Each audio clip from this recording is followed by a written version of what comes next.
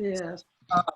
We'll go ahead and kick it off. So welcome everybody. My name is Taylor Clem, and I am the Environmental Community Horticulture Agent, as well as a Master Gardener Volunteer Coordinator for IFAS Extension in Alachua County.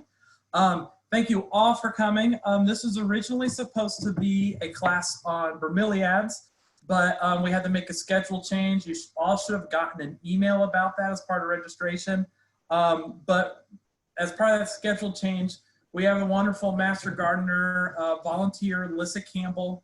She was able to join in and help us this week, and she's going to be doing a program on shade gardening, or gardening made for the shade. And she will talk a little bit about bromeliads as part of a presentation. But anyways, if you have any questions or comments, feel free to put those in the chat box. Myself and another Master Gardener volunteer are there to help answer those questions for you.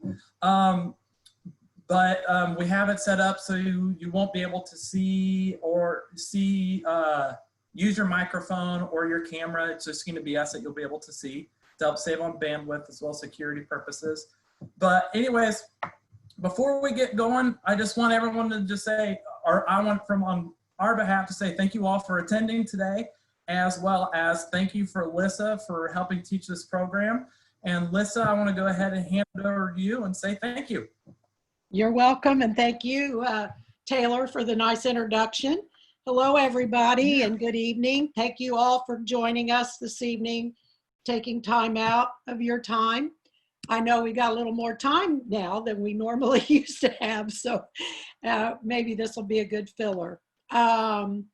Shade gardening. I always felt like my experience when I first found out that that's all I had in my yard, I thought it was a very problematic thing because I was a flower person and I wanted flowers. And so what you're going to see today is plants from my yard, if I could get them.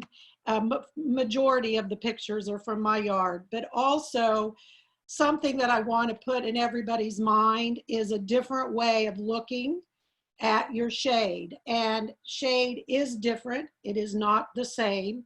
And we're going to start with that. Made for shade, plants for shady locations. And I enjoy shade gardening to the max because in the heat of the summer and our Florida sun, it makes it so nice to be able to get out there and work and have in the yard and have shade. So let's go on. Shade is not the same. It's not created equal. The light is measured in specific units, and I know this is pretty scientific, but for those out there that are scientific, I thought this was good.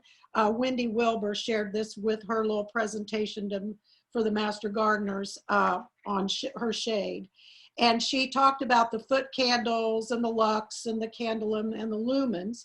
And you've probably heard of all that with electric lighting and LED lightings, but 1 foot candle is approximately 1 foot away. And with that said, defining your space for that kind of light. So I have reduced it to calling it shifting shade, filtered shade, morning shade, deep shade, dry shade with competing roots. And I have a little bit of all of that.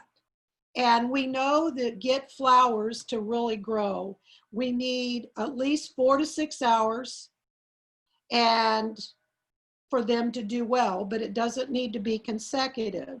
So shifting shade would be something that would fall under. You might be able to get a flower in there that likes partial sun, and then it will get some more sun, but it's not full sun all day long. And then of course your competing roots would be for the trees. This is a real pretty picture. This is kind of a filtering shade, or it could be morning, but you'll see that there is flowers growing there, and they may be with competing roots because of the trees. but azaleas are there, and that is Wilmot. That's not my yard. And here's another bright shade. As it lifts, it kind of shows how it doesn't blanket the flowers anymore. It lifts it up, and I have some of that in my yard. Not my whole entire yard has this. Now this is also Wilmot. Plants for deep shade can be considered ground covers or perennials or shrubs or trees, and I've got a little bit of both. And what I did in the slides is I indicated the kind of shade that they may do best in. So we're going to move on. This is autumn fern, and I have this, and it's a really nice little ground cover. It needs its space because it will spread. And it tolerates, it's beautiful in the fall and spring because it gives you nice color, but it also tolerates the cold winter months, and it likes light shade. And it likes its feet wet, but it does tolerate some drought. It will continue. Your cast iron plant, aspidistra. This one, it gives a nice tropical look, and it thrives in dry shade. It's cold hardy, so it's green all year long. And it clumps as it grows, but it does grow bigger. I mean, when I say bigger, I don't mean taller, it just clumps in huge, bigger sections. And, but it maintains its green and throughout the whole winter and spring and summer. And once it's established, you can almost forget about this because you just don't have to do anything unless you fertilize it. Cinnamon ferns, another one of my favorites. I like this. It's a light green lacy foliage. You notice the frond, the new frond, that's cinnamon. It looks like a cinnamon stick coming up there. This does die back in the winter. I have it under a tall pine. So it's at the base, and it does clump, but it shoots out runners, and it'll provide another clump. So it stays in the area that you planted it, but it'll shoot out babies around. And this is a light shade. Creeping hue. This does good in very, very, very slow growing. I can't emphasize that enough. So I've got one in a pot because it's so slow growing. I have one in the ground, and it's in a dry shaded area, high underneath a pine tree, and I don't think it has spread 2 feet, and I've had it in the ground for a good 2 years. But it provides a really interesting texture. It doesn't bush up. It's the creeping kind. And make sure when you talk about it, Cephaloctus Herontonia prostrata, that's the one you want, because the prostrata means it's going to spread and not grow straight up. And it's really lovely, kind of a different little border.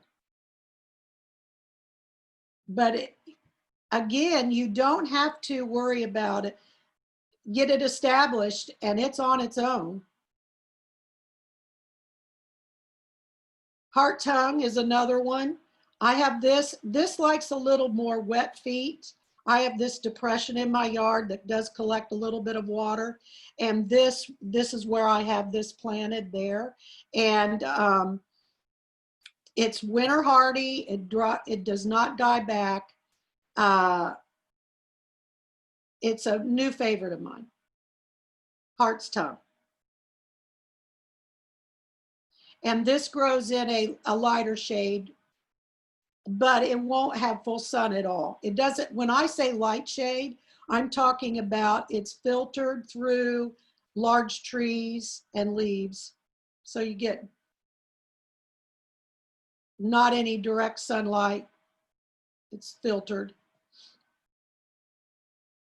And then of course your mondo grass is a good ground cover. It's also a good border. Now there's varying heights. If you're putting it between stones, you'd want to make sure you got the dwarf. But then there's one that's a little taller, and it's nice to put it on a border by a sidewalk. Now I have mine in deep shade that's dwarf, and I have some in along my sidewalk that gets afternoon, a little bit of afternoon and morning sun. And then I've got some that don't get any sun at all. So it really adapts to all sorts of different lighting shades.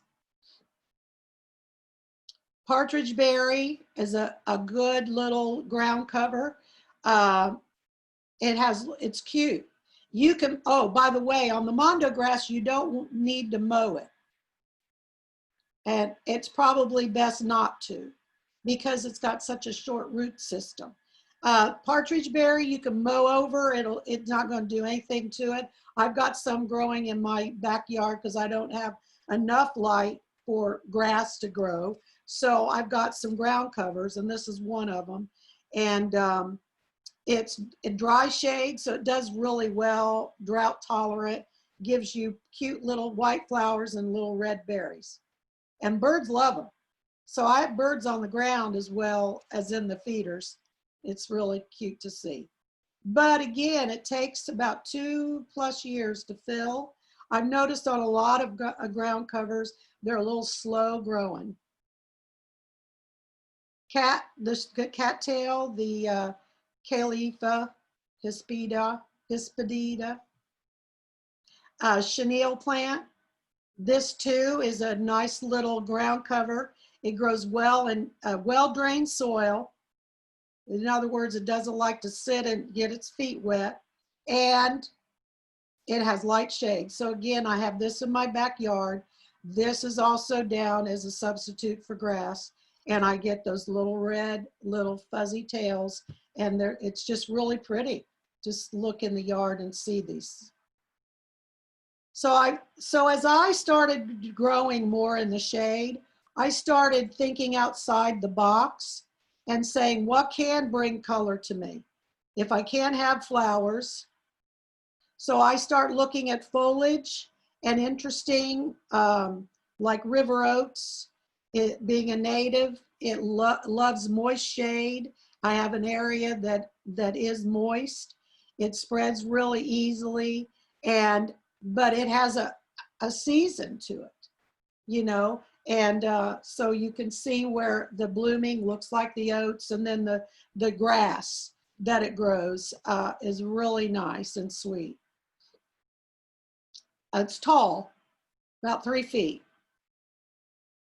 The violet, this is this particular native, Viola papilocenia, is a edible or a decorative edible. It's not going to change the food taste, but the little flowers can be clipped and placed on top of like a little salad. It makes it look really, really pretty on a dinner plate or on a serving plate.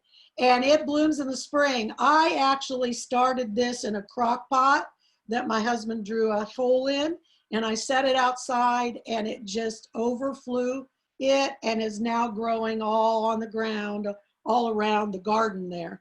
And it just spreads very easily. It's drought tolerant. It's going to let you know if it wants some water, because the leaves kind of close in on themselves. You just see it and you give it water, and then it just springs right back up just like that. And it's just really a sweet little plant. The Philippine violet, Barrelia, yes? I do have a question. So someone sent in a question. Mm-hmm. And it relates to the blooming of all these plants. So all the plants that you're talking about this evening, they're all made for shade plants. And, That's right.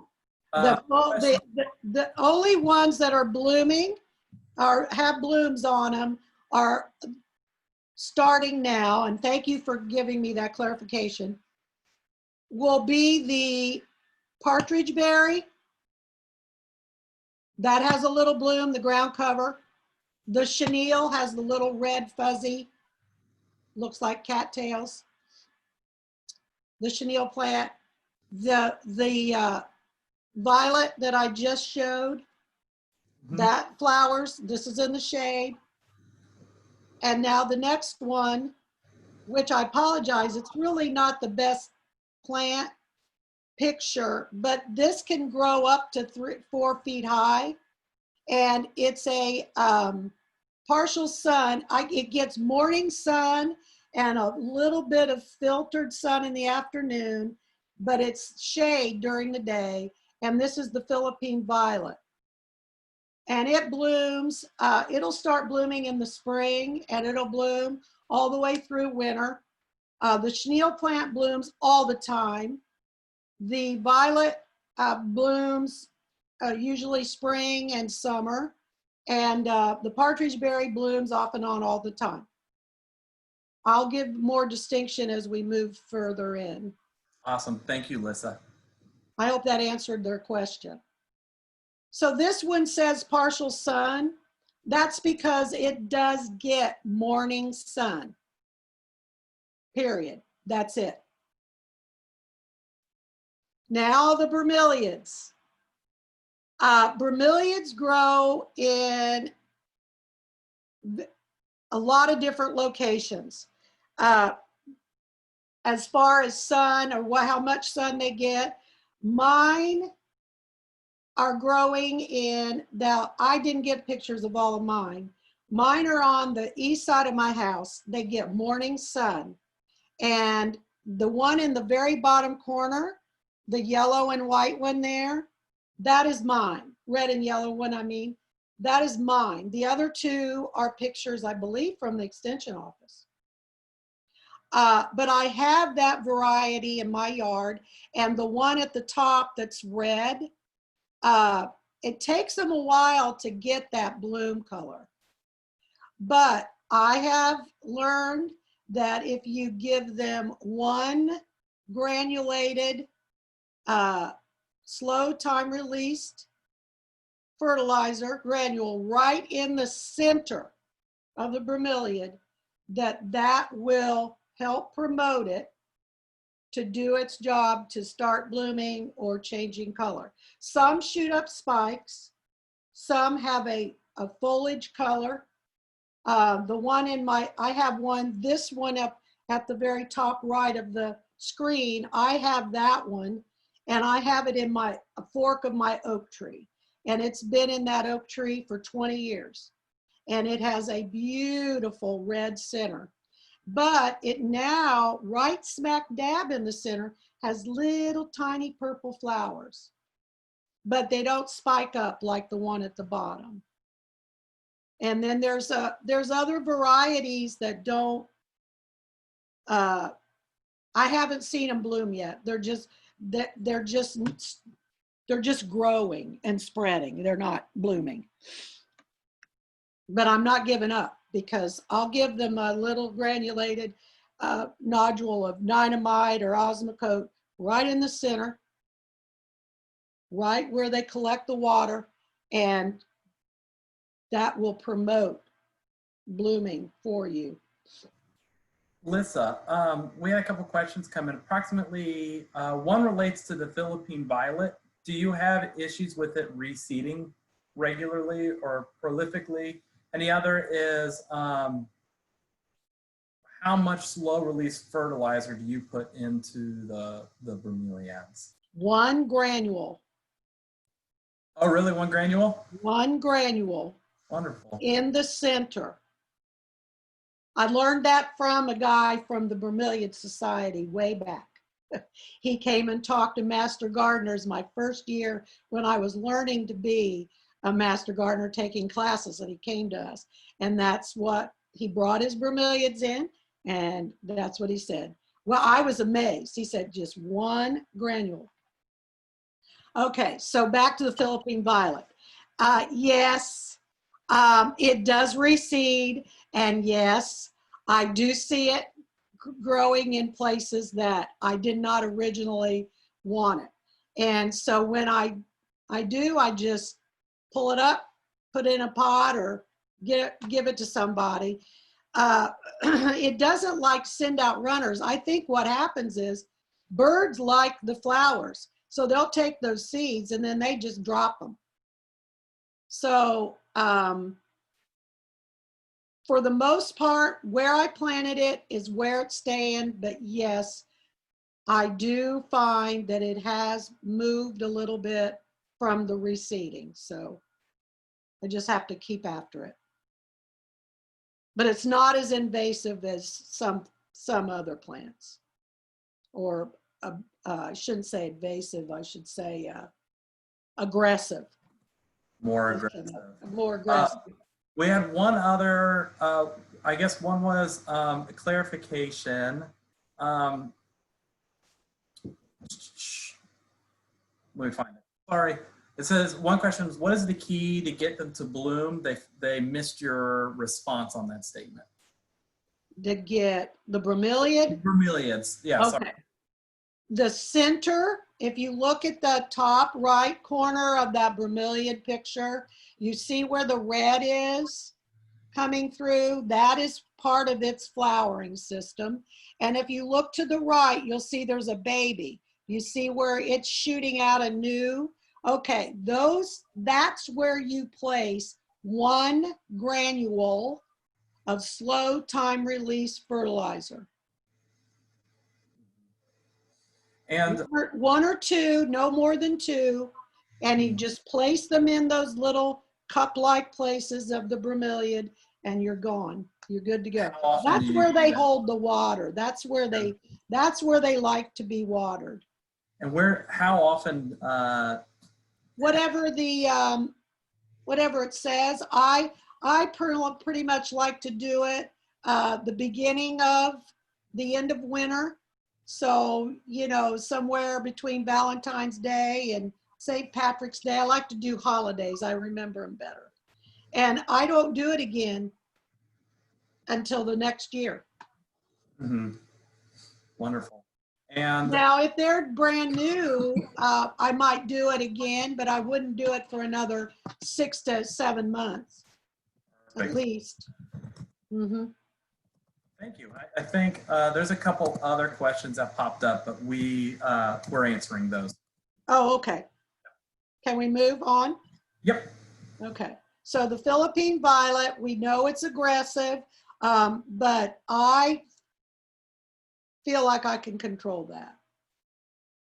This is not as pretty. The one that is in my yard now, that's where it is, it's tall, it's 4 feet, it's blooming these deep purple flowers. It's just, the gratification is very nice. So I look beyond that it sprouted over to this other side. The river oats, the chenille plant, all year round, it'll bloom. Might die back a little bit in the winter. Partridge berry, the same thing. Mondo grass stays green. You're going backwards, listen now. I am? Yeah. No? Oh, I am.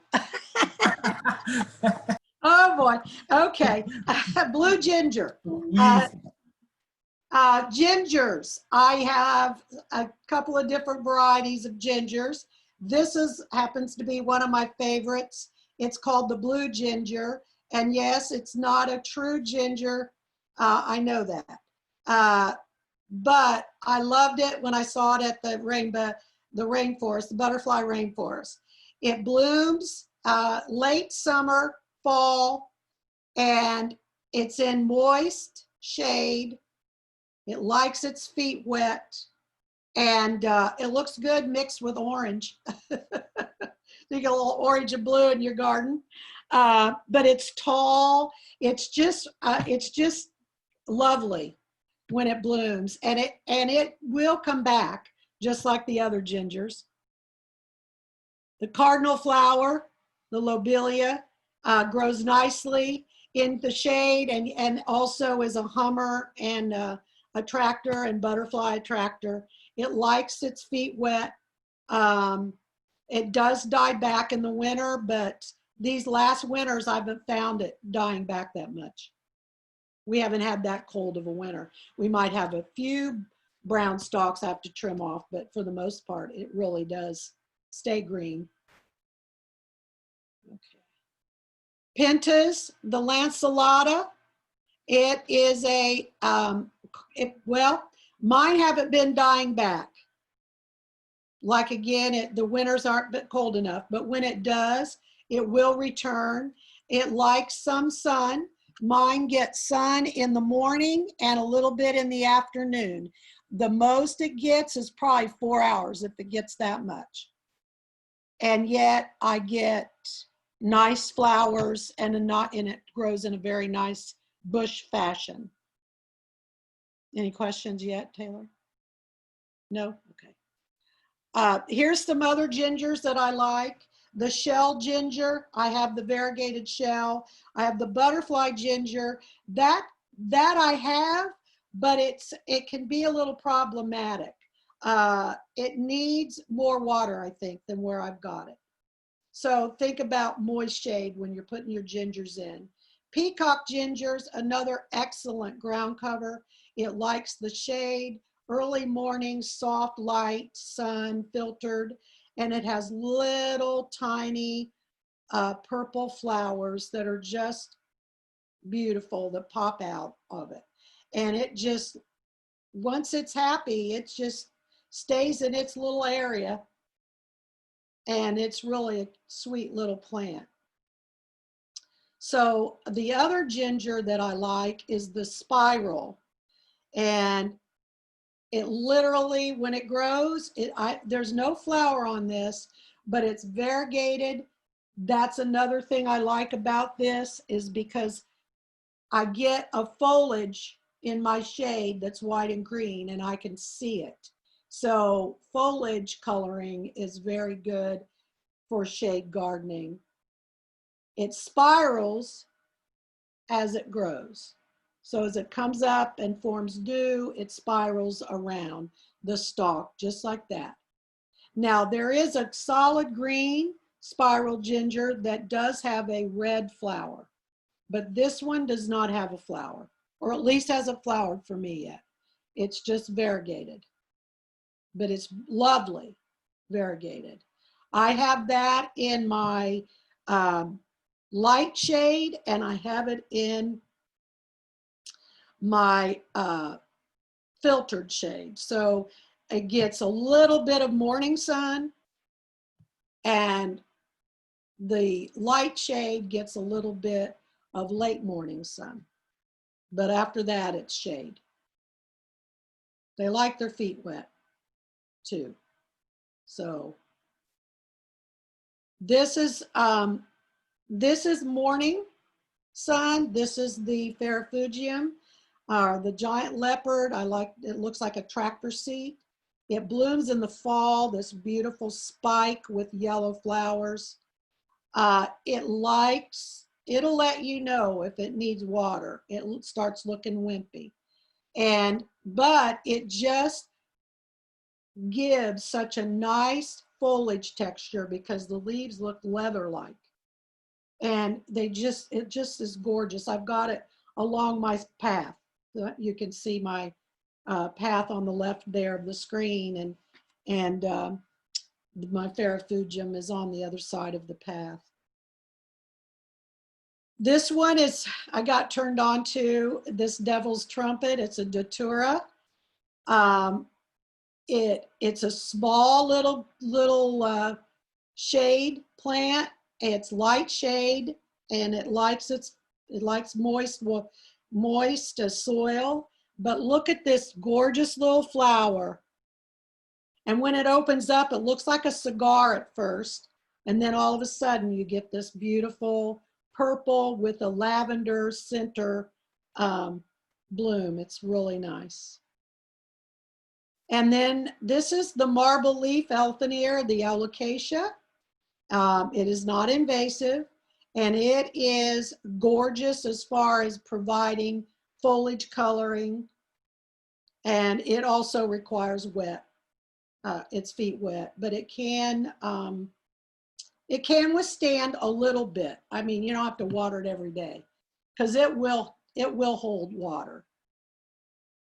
The caladiums, another one of my favorite, provides color everywhere in my yard. I just make sure I get shade.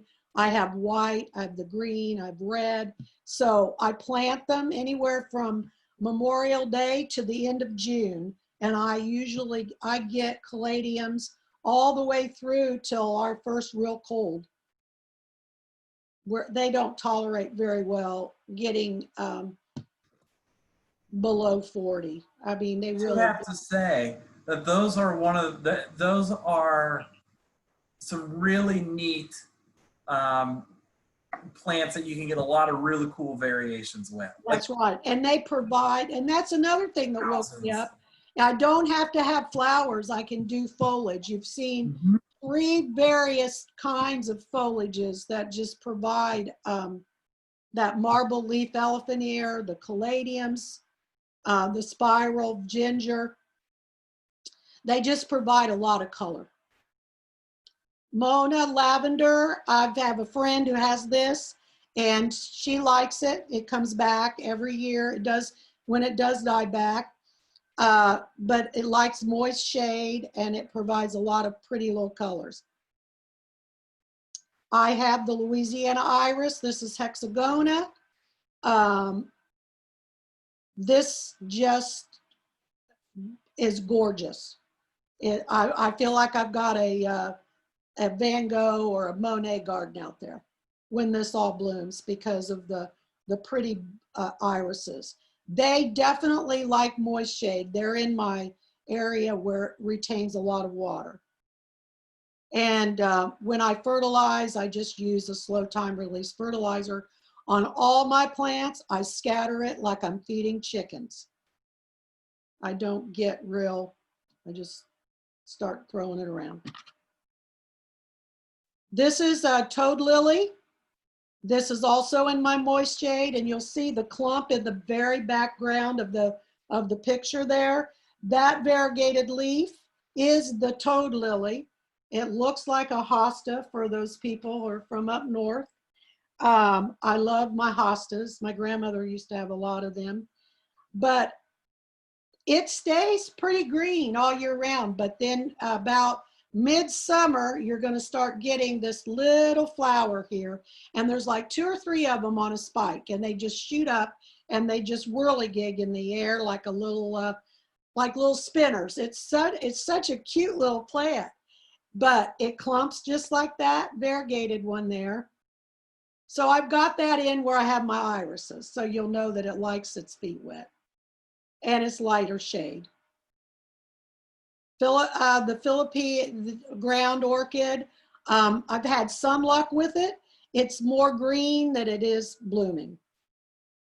It bloomed once, and I got a picture of it to say I got it. But the rest of the time, it's just green leaves. I do not know why, and it gets fertilized. So if anybody out there knows, I would love to hear it. Annuals, I don't do a lot of them, but if you did, this is a list of some of them you could put. In shade gardening, you might have a spot that has some sun, so you might want to do a container and just put it in there. But these are some suggestions. They don't like the heat. Their Lacolias are great for foliage coloring as well. And they've beginning to develop those coleus that like shade. They don't need full sun. So then there's some shrubs. And Florida anise is a good shrub for moist soil, light shade. and it provides a nice, pretty little red flower. Beautyberry, well, they're like the Philippine violet. When the birds get a hold of them, you might get some more in your yard, but I love them. They have the prettiest little, cutest little powder puff flower, and then these purple berries, and they just provide such a nice backdrop along my fence. And the wildlife loves them.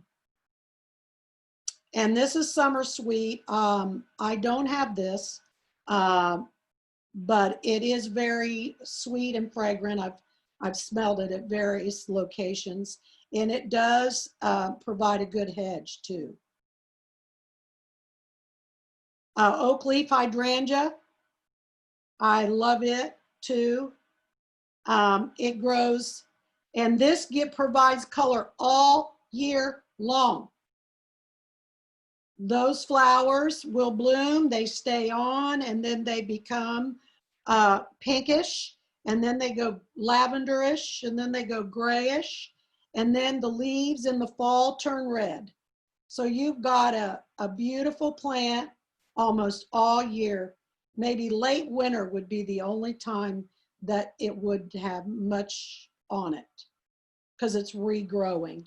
But the rest of the time it just, and it sprouts right back up, and I don't do anything except feed it once a year. So, and that's what I get. It's beautiful. And then the native azalea, it likes this understory tree along the fence line, and I have this one, and it just blooms. It's probably late winter when it blooms, but what's neat about it is that it blooms before it gets foliage. So you've got this stick of a shrub back there, and you're not thinking it's going to do anything, and then all of a sudden it's just full of these flowers, and it's just amazing, and they're fragrant. And they require about the same amount of care as another azalea. So I make sure that the soil's acidic with the pine straw. I don't do any, and I give them a regular azalea food. And I do that once after they've bloomed. And I might do it again, say somewhere between 4th of July and Labor Day. Here I go again with holidays, but that's how I can remember better, using holidays as my gauge. This is another favorite of mine, Fatsia. It's a huge, it's the shrub-like, big leaf, almost like a bear claw, if anybody's familiar with that, but it's pomaded, and it's got these little tiny yellow, white flowers on them, and it also is good at the fence line. It flanks one of my azaleas. And philodendron, I have that along my fence line. Some in deeper shade, some in lighter shade, but they provide a good source of privacy as well. And then palms. I have the lady palm, and they clump. They move and clump, so they do spread, but they provide a nice tropical look, and they have these canes, that's how they spread, but they pretty much are staying in the same area. And I just use palm fertilizer. The needle palm, the same way, it's in a deeper shade, it's along my fence. They grow slow. Palms aren't fast growers. And there's a kunti. I have mine in my front yard next in a crock pot, again, with a hole in it. It's the center ceramic pot, and I put it in it, and mine, this I had to do another picture because mine's not that big because they're so slow growing, but it's drought tolerant and it lasts all the winter. You get green, and it's a pretty little plant along the sidewalk there. Melissa, I'd like to make a comment that I think a couple people have mentioned it, that the crock pot is key to some of the shade garden plants. Mm-hmm. But one question someone did have was regarding to their anise, so the anise. So one of the issues that they had is they were closer towards the beach, and it was in shade, but it ended up declining over a 2-year period. Yeah, they're not real salt tolerant. That's what I was going to recommend. I think it could be a salt tolerance issue. So if you do live in coastal areas, salt tolerance is going to be important to check out. Perenials is a wonderful plant, but it's not a shade plant, but it loves the coastal. Yeah. Oh, yeah. And a Theralis in lieu of the anise. Mm-hmm. Yeah. Awesome. And I think they could grow that in, as long as it got light shade, light sun of some kind, not full shade. The Theralis won't bloom. Yeah, that's true. A little bit more light will make it bloom a little bit. Wonderful. Thank you. Okay. So there's some small trees. Some of these trees I do not have. So, but I do know that from Wendy's shade thing that she presented, she recommended the red buckeye. And I have seen that in some shade gardens around my neighborhood in shaded areas. And it does really well. But here again, folks, it's the right plant and the right place. And there's establishments that one must make. You have to make sure, regardless of rainwater, that they're getting a good amount of water, and not just, it's in a well, like you create a well around your tree. And you put the hose so that that little moat, or whatever you want to call it, is filling. And you don't mound your mulch up on the trunk. You keep it down away from it so that the mulch won't interfere with getting the water in it around the well and everything, because they can harbor all of the irrigation, and the tree's not going to get anything. So you got to be real careful about it, what you do around the base. I don't know that this one, you can see, they don't have it all the way up the trunk, but I would already, around the trunk, I would have spread it out a little bit. And that's where I put the hose, and I just let it drip in there for a good hour, a couple of times a week for at least 2 to 3 months. And when you first establish, get it planted. So, and make sure you spread the roots out so they don't wrap around. That's very important when you're planting a tree. Well, when you're planting anything, but especially the tree, because you don't want it to start growing and the roots wrapping around the ball. You want it to spread out and the roots grow outward. So do you have anything to add to that, Taylor? We did have some questions. Someone asked about comparing this to the Florida buckeye versus like the Ohio buckeye. This is the same exact tree. Like if you're like an Ohio State fan, the Ohio State Buckeyes, this is the same exact buckeye that's most iconic to, like, if you think of Buckeyes. But what Lissa said is correct. In some cooler climates, we could plant this tree in sunnier conditions, but because of our heat and harsh sun in the summers, these trees do not do very well. But they are going to require a little bit more regular moisture in order for them to be successful in the shade. So but if you can get these established, they're beautiful, beautiful trees, especially flowering. We have one actually at the county extension office, and it's about 15 feet tall. So it's a great tree. So, This one I love. Now this can get leggy looking, or it can be a shrub like flowering maple, a Butylon pictum. The little flowers on it they look like little lanterns. and you just want to go out there and turn on a switch and they might light up.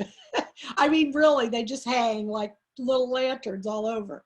And they like light shade. I have it along my fence line, and the soil is very moist. It's near where I have my irises. So they do like their feet wet. And you can trim it. It doesn't like to be trimmed, but it tolerates it. So, I mean, you wouldn't go in there and just prune it all the time, but I've gone in, if it's got a long, lanky limb, I'll trim it and then then I'll bring it back in. It brings it back in focus instead of getting long and lanky. The Dahoon holly, I have this out in my light shade garden. It's in a drier, it's a drought tolerant native. I got this on Arbor Day. It's growing very nicely, but it doesn't have the red berries on it yet. So I wanted to show you that it will bring color to your yard, and it's native. So once it's established, I haven't done much to it. And it's nice and green and growing really, really nicely. But here again, you've got to pay attention to your plants, especially the new ones, to get them established. You can't say, okay, bye, you're on your own. You've got to make sure that you've planted them in the right place and you attend to them afterwards, at least watering them. So that is the end of my slideshow. And I wanted to add, when somebody said the crock pot is definitely key. Pots are definitely key. Mm-hmm. Whether it's I've used crock pot, excuse me, but I've also learned to do a lot of container growing, and I put them in my yard so I can provide myself with color. I've got hostas in containers now. I've got amaryllis that I can grow in the light shade. I gave up putting them in the yard, but I put them in my containers and I get my nice flowers. So I've started thinking outside of the box, and I've provided color in my yard, and I hope you all have learned something, enjoyed it, and